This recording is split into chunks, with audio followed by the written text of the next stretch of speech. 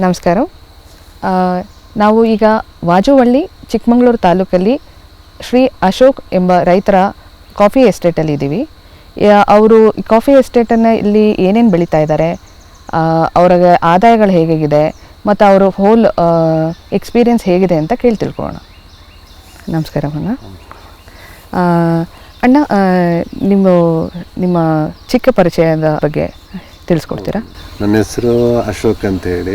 ನನ್ನ ಊರು ಬಂದು ವಾಜುವಳ್ಳಿ, ತಾಲೂಕು ಬಂದು ಚಿಕ್ಕಮಗಳೂರು. ಎಜುಕೇಶನ್ ನಾನು PUC ಮಾಡಿದ್ದೀನಿ. ಮತ್ತೆ ಬಿಸ್ನೆಸ್ ಅಲ್ಲೇ ಸ್ವಲ್ಪ ದಿವಸ ಮಾಡಿದೆ, ಮತ್ತೆ ಕೃಷಿಗೆ ಬಂದ್ಬಿಟ್ಟು.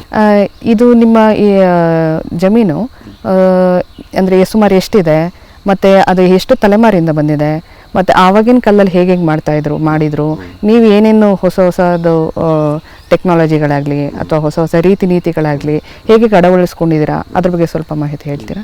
ನಮ್ದು ಇದು ತಾತ ಮುತ್ತಾತನ ಕಾಲದಿಂದಲೂ ಬಂದಿದ್ದು. ಹೆಚ್ಚು ಕಮ್ಮಿ 100-150 ವರ್ಷದ ಹಿಂದಿಂದಲೂ ನಾವು ಕೃಷಿ ಮಾಡ್ಕೊಂಡೇ ಬಂದಿರೋದು. ನಮ್ಮ ಅಜ್ಜ ಮುತ್ತಜ್ಜನು ಕೃಷಿಯಲ್ಲೇ ಬಂದವರು. ಕಾಫಿನೂ ಇತ್ತು, ಭತ್ತನೂ ಇತ್ತು. ಹೌದಾ? ಎಷ್ಟು ಎಕರೆ ಇದೆ ಈಗ? ಅಪ್ಪನಿಂದ ನನಗೆ ಬಂದಿರೋದು ಹೆಚ್ಚು ಕಮ್ಮಿ ಒಂದು 25-30 ಎಕರೆ ಬರ್ತಾ ಉಂಟು. ಅದನ್ನು ಕಾಫಿ, ಮೆಣಸು ಅದರ ಥರ ಇಂಪ್ರೂವ್ ಮಾಡ್ಕೊಂಡು ಬರ್ತಾ ಇದ್ದೀವಿ. ಮತ್ತು ತರಿ ಜಮೀನು ಸ್ವಲ್ಪ ಅಡಿಕೆನೂ ಇದೆ. ನಿಮ್ಮ ಪೂರ್ವಜರ ಕೃಷಿ ಹೇಗಿತ್ತು ಮತ್ತು ನೀವು ಅದನ್ನು ಹೇಗೆ ನಿಭಾಯಿಸ್ಕೊಂಡು ಹೋಗ್ತಿದ್ದೀರಾ ಅಥವಾ ಏನು ಬದಲಾವಣೆ ಮಾಡ್ಕೊಂಡಿದ್ದೀರಾ ಅನ್ನೋದ್ರ ಬಗ್ಗೆ ಹೇಳಿ. ನಮ್ಮ ಪೂರ್ವಜರ ಕೃಷಿ ತುಂಬ ಸುಂದರವಾಗಿತ್ತು ಅಂತಲೇ ಹೇಳ್ಬೋದು.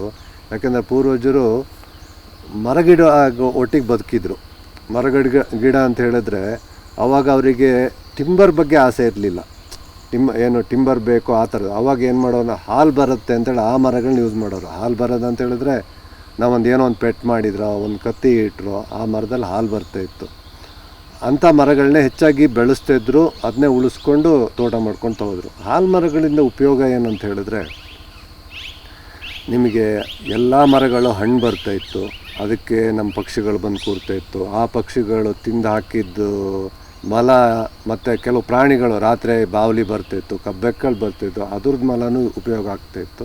ಹಾಗಾಗಿ ಅದು ಗೊಬ್ಬರ ಆಗ್ತಾಯಿತ್ತು, ಬಯೋಡೈವರ್ಸಿಟಿ ಕ್ರಿಯೇಟ್ ಆಗ್ತಿತ್ತು. ಹಾಗೆ ನಾವು ಈಗೇನು ಈ ಪ್ರೆಸೆಂಟಲ್ಲಿ ಈಗ ಜೀವಾಮೃತ ಆ ಥರದಕ್ಕೆಲ್ಲ ಹೋಗ್ತಾಯಿದ್ವಿ, ಅದನ್ನು ನ್ಯಾಚುರಲಾಗಿ ಸಿಗ್ತಾಯಿತ್ತು ನಮಗೆ. ಹಾಗಾಗಿ ಈಗ ನಾವು ಹಾಳು ಮಾಡಿಕೊಂಡು ಜೀವಾಮೃತ ಎಲ್ಲ ಹೋಗ್ತಾಯಿದ್ವಿ. ಗುಡ್, ಈಗ ಹೋಗಲೇಬೇಕು. ನಮ್ಮ ಪೂರ್ವಜರದ್ದು ಏನಂತಂದರೆ ನ್ಯಾಚುರಲಾಗೇ ಮಾಡ್ಕೊಳ್ತಾ ಬಂದರು. ಮತ್ತು ಪ್ರತಿಯೊಬ್ಬರು ಮನೆಯಲ್ಲೂ ದನ ಕರುಗಳಿತ್ತು. ಅದರಿಂದ ಗೊಬ್ಬರ ಆಗ್ತಾಯಿತ್ತು. ಅದನ್ನು ಕಾಂಪೋಸ್ಟ್ ಆನ್ ಮಾಡಿಕೊಂಡು ಅದನ್ನು ಕೊಟ್ಟಾಗ ಈ ಮರ ಗಿಡಗಳದ್ದು ಬಯೋಡೈವರ್ಸಿಟಿ ಮತ್ತು ದನ ಗೊಬ್ಬರಗಳನ್ನು ತುಂಬ ಉಪಯೋಗ ಆಗಿ ಅದೇ ಬೇಕಾದಷ್ಟು ಆಗ್ತಾಯಿತ್ತು. ಮತ್ತು ಇನ್ನೊಂದು ಹೇಳಬೇಕಂತೇಳಿದ್ರೆ, ಅವಾಗೆಲ್ಲ ಕಾಫಿ ಎಕರೆಗೆ ಹೆಚ್ಚು ಕಮ್ಮಿ 10-15 ಮೂಟೆನ ಅವರೇಜು ನಮ್ಮ ಪೂರ್ವಕರು ಆವಾಗಲೇ ಕುಯ್ಕೊಂಡು ಹೋಗಿದ್ದಾರೆ. ಅಂದರೆ ಯಾವ ಕೆಮಿಕಲ್ ಗೊಬ್ಬರ ಇಲ್ದಲ್ಲೇ ನ್ಯಾಚುರಲಾಗಿ ಬೆಳ್ಕೊಳ್ತಾ ಹೋಗ್ತಾಯಿದ್ರು. ರೋಗಗಳು ಕಮ್ಮಿ ಇತ್ತು ಅವಾಗ. ರೋಗಗಳು ಭಾಳ ಕಮ್ಮಿ ಇತ್ತು. ಈಗ ನಮಗೆ ಕಾಂಟಾಫು, ಒಪೇರಾ ಇನ್ನೊಂದು ಎಲ್ಲ ಇಂಟ್ರೊಡ್ಯೂಸ್ ಆಯಿತು ಹೊರತು ಅವಾಗ ನಮ್ಮ ಪೂರ್ವಜರು ಅಜ್ಜನ ಕಾಲದಲ್ಲಿ ಇವನ್ ಬೋಡೋ ಸಹಿತ ಇರಲಿಲ್ಲ. ಅಪ್ಪನ ಕಾಲದಲ್ಲಿ ಕಾಪರ್ ಸಲ್ಫೇಟು, ಸುಣ್ಣ, ಬೋಡೋ ಮಿಕ್ಸ್ಚರು ಈ ಥರದ್ದೆಲ್ಲ ಬಂತು. ಮತ್ತು 1965 ಅಂದರೆ ನಾನು ಹುಟ್ಟಿದ್ದು ಇದರಲ್ಲೇ. ಆವಾಗ ನಮ್ಮ ಅಪ್ಪದಿರೋರ್ದು ನಮ್ಮ ಲೆಕ್ಕಾಚಾರ ಒಂದು ಬಿಸಿ ರಕ್ತ ಅನ್ಬೋದು. ಅವಾಗ ಏನು ಮಾಡಿದರು, ಅವರಿಗೂ ಅನ್ನಿಸ್ತು. ಯಾಕಂತ ಹೇಳಿದ್ರೆ ಎಲ್ಲರೂ ರಾಸಾಯನಿಕಕ್ಕೆ ಹೋಗ್ತಾ ಇದ್ದಾರೆ. ಆ ರಾಸಾಯನಿಕ ಇಂಟ್ರೊಡ್ಯೂಸ್ ಆಗಿದ್ದು ಪೀರಿಯಡನ್ನು ಮಾಡಬೇಕಂತೇಳಿ. ಬಟ್ ಅಜ್ಜನಿಗೆ ಆವಾಗಲೇ ಇಷ್ಟ ಇರಲಿಲ್ಲ. ಆವಾಗ ನಮಗೆ ಹೆಂಗೆ ಅದು ಗೊತ್ತಾಯಿತು ಅಂತ ಹೇಳಿದರೆ, ಅಪ್ಪ ಒಂದೊಂದು ಟೈಮ್ ನಮಗೆ ಬೈಗುಳದ ಬುದ್ಧಿವಾದ ಅಂತೆಲ್ಲ ಹೇಳ್ಬೋದು. ಏನು ಮಾಡು, ಈಗ ನಿಮಗೆ ಎಲ್ಲದೂ ಇದೆ, ವೆಹಿಕಲ್ ಇದೆ, ಇನ್ನೊಂದಿದೆ, ಎಲ್ಲದೂ ಉಂಟು. ನಮಗೆ ಅವಾಗ ಹಿಂದೆ ಆಗಿತ್ತು ಅಂತ ಹೇಳಿದ್ರೆ ನಡ್ಕೊಂಡು ಹೋಗಬೇಕಿತ್ತು. 3-4 ಕಿಲೋಮೀಟ್ರ್ ನಡ್ಕೊಂಡು ಹೋಗಿ ಬಸ್ ಹಿಡ್ಕೊಂಡು ಮಾರ್ವಾಡಿಗಳ ಹತ್ರ ದುಡ್ಡು ತಗೊಂಡು ಗೊಬ್ಬರ ತಂದರೆ ನಮ್ಮ ಅಜ್ಜ ಬೈಯೋರು. ಏನಂತ ಹೇಳಿದ್ರೆ, ತೋಟ ಎಲ್ಲ ಹಾಳು ಮಾಡ್ಕೊಂಡು ತಿರಾಕೋಣ ಅಂತೇಳಿ ಬೈದು ಸೀದಾ ಗೊಬ್ಬರ ಲಾರಿ ಬಂದಾಗ ತೋಟಕ್ಕೆ ಹೋಗ್ಬಿಡೋರು. ಅಂದರೆ ಅಪ್ಪ ಏನು ಹೇಳ್ತಿದ್ದಂದರೆ, ಅವರಿಗೆ ಈಗ ರಾಸಾಯನಿಕದ್ದು ಪ್ರಭಾವ ಈ ಥರ ಆಗುತ್ತೆ ಅಂತ ಗೊತ್ತಿದ್ದಿಲ್ಲ. ಈಗ ಇಂಟ್ರೊಡ್ಯೂಸ್ ಆದಾಗ ಇದೇ ಒಳ್ಳೇದು ಅನ್ನೋ ಮಟ್ಟಕ್ಕೆ ಅವ್ರಿಗೆ ಬಂದಿತ್ತು, ಅಪ್ಪನಿಗೆ ಬಂದಿತ್ತು. ಅಪ್ಪಂದು ಇದರಲ್ಲಿ ತಪ್ಪು ಅಂತ ನಾವು ಹೇಳೋಕ್ಕಿಲ್ಲ. ಹಾಗಾಗಿ ಏನಾಯಿತು, ಆ ಪ್ರಕಾರ ಆವಾಗ ಏನು ಮಾಡಿದರು, ಅವರು ರಾಸಾಯನಿಕ ಯೂಸ್ ಮಾಡಿದಾಗ ಚೆನ್ನಾಗೇ ಆಗ್ತಾ ಬಂತು. ಅದನ್ನೇ ಕಂಟಿನ್ಯೂ ಆಗಿಬಿಡ್ತು. ಹಾಗಾಗಿ ಆ ತಪ್ಪುಗಳು ಇಲ್ಲಿ ಈ ಮಟ್ಟ ತನಕ ಬಂದು ಈಗ ನಮ್ಮ ತಪ್ಪು ಏನು ಅಂತೇಳಿ ಅರಿವಾಗಿದೆ ಅಂತ ಅಂದ್ಕೊಳ್ಬೋದು. ಅಣ್ಣ, ನಿಮ್ಮ ತೋಟದಲ್ಲಿ ತುಂಬ ಮೇನ್ ಕ್ರಾಪ್ ಅನ್ನೋದ್ರೆ ಯಾವುದು, ಮತ್ತು ಅದು ಎಷ್ಟೆಷ್ಟಿದ್ದಾವೆ, ನಿಮ್ಮ 20 ಎಕರೆಯಲ್ಲಿ ಎಷ್ಟೆಷ್ಟಿದ್ದಾವೆ ಅಂತ ಅದ್ರ ಬಗ್ಗೆ ಹೇಳಿ. ಮೇನ್ ಕ್ರಾಪ್ ಬಂದು ಕಾಫಿನೇ ಬರ್ತದೆ ಮತ್ತು ಮೆಣಸು ಇದೆ. ಈಗ ನಾನು ಸ್ವಲ್ಪ ಕಿತ್ಲಿ, ನಿಂಬೆ ಆ ಥರದ್ದು ಪ್ಲ್ಯಾನ್ ಮಾಡ್ಕೊಂಡಿದ್ದೀನಿ. ಕಾಫಿ ಬಂದು ಒಂದು ಎಕರೆಗೆ 1000-1200 ಗಿಡ ಬರ್ತದೆ. ಮತ್ತು ಮೆಣಸು ಬಂದುಬಿಟ್ಟು ಒಂದು 200-250 ಇದು ಬರ್ತದೆ. ಯಾಕಂದರೆ ಮರಗಳು ಎಷ್ಟು ಬರ್ತದೆ ಅಷ್ಟಕ್ಕೂ ಹೆಚ್ಚು ಕಮ್ಮಿ ಇದನ್ನು ಮಾಡ್ತಾ ಹೋಗ್ತೀವಿ, ಮೆಣಸನ್ನು ಬೆಳೆಸ್ತಾ ಹೋಗ್ತಾ ಇದ್ದೀವಿ. ಮತ್ತು ಕಿತ್ಲಿನೂ ಹೆಚ್ಚು ಕಮ್ಮಿ ಎಕರೆಗೆ ಒಂದು 250-300 ಕಿತ್ಲಿ ಬರುತ್ತೆ, 250-300 ನಿಂಬೆನೂ ಬರುತ್ತೆ.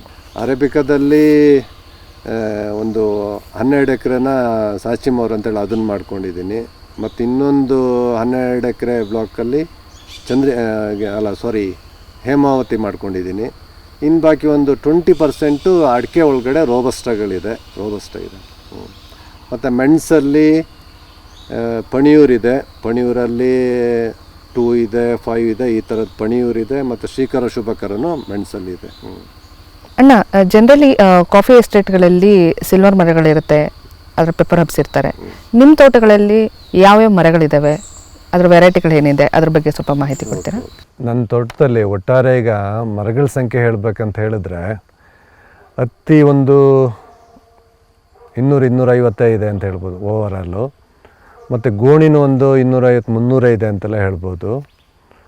ಹಾಗೆ ಬಸ್ರಿ ಅದರಲ್ಲಿ 3-4 ಥರದ್ದು ಬರುತ್ತೆ, ಅದೂ ಒಂದು 250-300 ಬರ್ತದೆ ಓವರಾಲ್ ನನ್ನ ಇಡೀ ತೋಟದಲ್ಲಿ. ಮತ್ತು ಸಿವನೆ ಸ್ವಲ್ಪ ಕಮ್ಮಿನೇ ಇದೆ ಅಂತ ಹೇಳ್ಬೋದು, ಒಂದು 100-120 ಮರ ಸಿಗ್ಬೋದು. ಹಾಲ್ವಾನ್ ತುಂಬ ಇದೆ. ಹಾಲ್ವಾನ್ ಅಂತ ಹೇಳಿದ್ರೆ ನಾವು 4 ಗಿಡಕ್ಕೊಂದು ಹಾಲ್ವಾನ್ ಅಂತ ಕೂರಿಸ್ತಾ ಹೋಗ್ತೀವಿ. ಹಾಗಾಗಿ ಒಂದು 5,000-6,000 ಸಾವಿರ ಹಾಲ್ವಾನೇ ಇದೆ ಅಂತ ಹೇಳ್ಬೋದು. ಮತ್ತು ಹವಳಿಗೆ ಒಂದು 100 ಇದೆ. ಹಲಸು ಜಾಸ್ತಿನೇ ಇದೆ, ಹಲಸು ಒಂದು 200-250 ಇದೆ ಹಲಸು. ಹಾಗೆಯೇ ನೇರ್ಲಿದೆ, ನೇರ್ಲು ಒಂದು 100-150 ಇದೆ. ಮಹಾಗನಿ ಈಚೆಗೆ ನಾನು ಪ್ಲ್ಯಾಂಟ್ ಮಾಡಿರೋದು, ಅದೊಂದು 100-150 ಮಹಾಗನಿ ಬರುತ್ತೆ. ಮತ್ತು ಗರ್ಗೆ ಇದೆ, ಗರ್ಗೆನೂ ಒಂದು 150-200 ಗರ್ಗೆ ಬರ್ತದೆ. ಇನ್ನೂ ತುಂಬ ಜಾತಿದಿದೆ. ಅದರಲ್ಲಿ ಹೊಟ್ಟಂಬ್ಳಿ ಅಂತೇಳಿ ಒಂದು ಜಾತಿ ಬರುತ್ತೆ, ಅದೊಂದು 50-60 ಇದೆ. ಮತ್ತು ತಡಸ್ಲು ಅಂತ ಬರುತ್ತೆ, ಅದು ಕೆಲವ್ರಿಗೆ ಗೊತ್ತೇ ಇಲ್ಲ ಅಂತ ಹೇಳ್ಬೋದು, ಅದೂ ಒಂದಿದೆ, ಒಂದು 100-150 ಅದೂ ಬರ್ತದೆ. ಕಾಡು ಜಾತಿ ಎಲ್ಲ ಮರಗಳಿದೆ. ಗರಿಗೆನೂ ಇದೆ, ಗರಿಗೆನೂ ಒಂದು 150-200 ಗರಿಗೆ ಇದೆ. ಮತ್ತು ನೇರ್ಲು ಇದೆ, ನೇರ್ಲು ಹೇಳಿದೆ ಅಂತ ಕಾಣ್ತದೆ, ನೇರ್ಲು ಇದೆ. ಹೀಗೆ ಎಲ್ಲ ನನಗೂ ಇನ್ನು ಹೆಸರು ಗೊತ್ತಿಲ್ಲದೆ ಇರೋ ತುಂಬ ಕಾಡು ಜಾತಿ ಮರಗಳೂ ಇದೆ. ಮತ್ತು ಕಾಡು ಜಾತಿ ಮರಗಳನ್ನೇ ನಾನು ಒಳ್ಳೆಯದು ಅಂತೇಳಿ ಹೇಳೋಕ್ಕೆ ಇಷ್ಟಪಡ್ತೀನಿ. ಈಗ ಮೆಣಸಲ್ಲಿ ಹೆಚ್ಚು ಕಮ್ಮಿ ನಾನು ಕಾಡು ಮರಗಳಿಗೆಲ್ಲ ಮೆಣಸಿನ ಬಳ್ಳಿ ಹಬ್ಸ್ಕೊಂಡಿರೋದ್ರಿಂದ ವರ್ಷಕ್ಕೊಂದು 2-2.25 ಟನ್ನು ಮೆಣಸು ತೊಗೊಳ್ತೀನಿ. ಆವಾಗ ಒಳ್ಳೆ ರೇಟ್ ಇದ್ದಾಗ 700 ರೂಪಾಯಿ ಇತ್ತು, ಆವಾಗ ಸ್ವಲ್ಪ ಇನ್ಕಮ್ ಜಾಸ್ತಿ. ಈಗ ಒಂದು 500 ರೂಪಾಯಿ ಅವರೇಜ್ ರೇಟ್ ಇದೆ. ಹಂಗಂದ್ರೆ ಒಂದು 10-12 ಲಕ್ಷ ರೂಪಾಯಿ ಮೆಣಸಲ್ಲಿ ಬರ್ತಾ ಹೋಗುತ್ತೆ.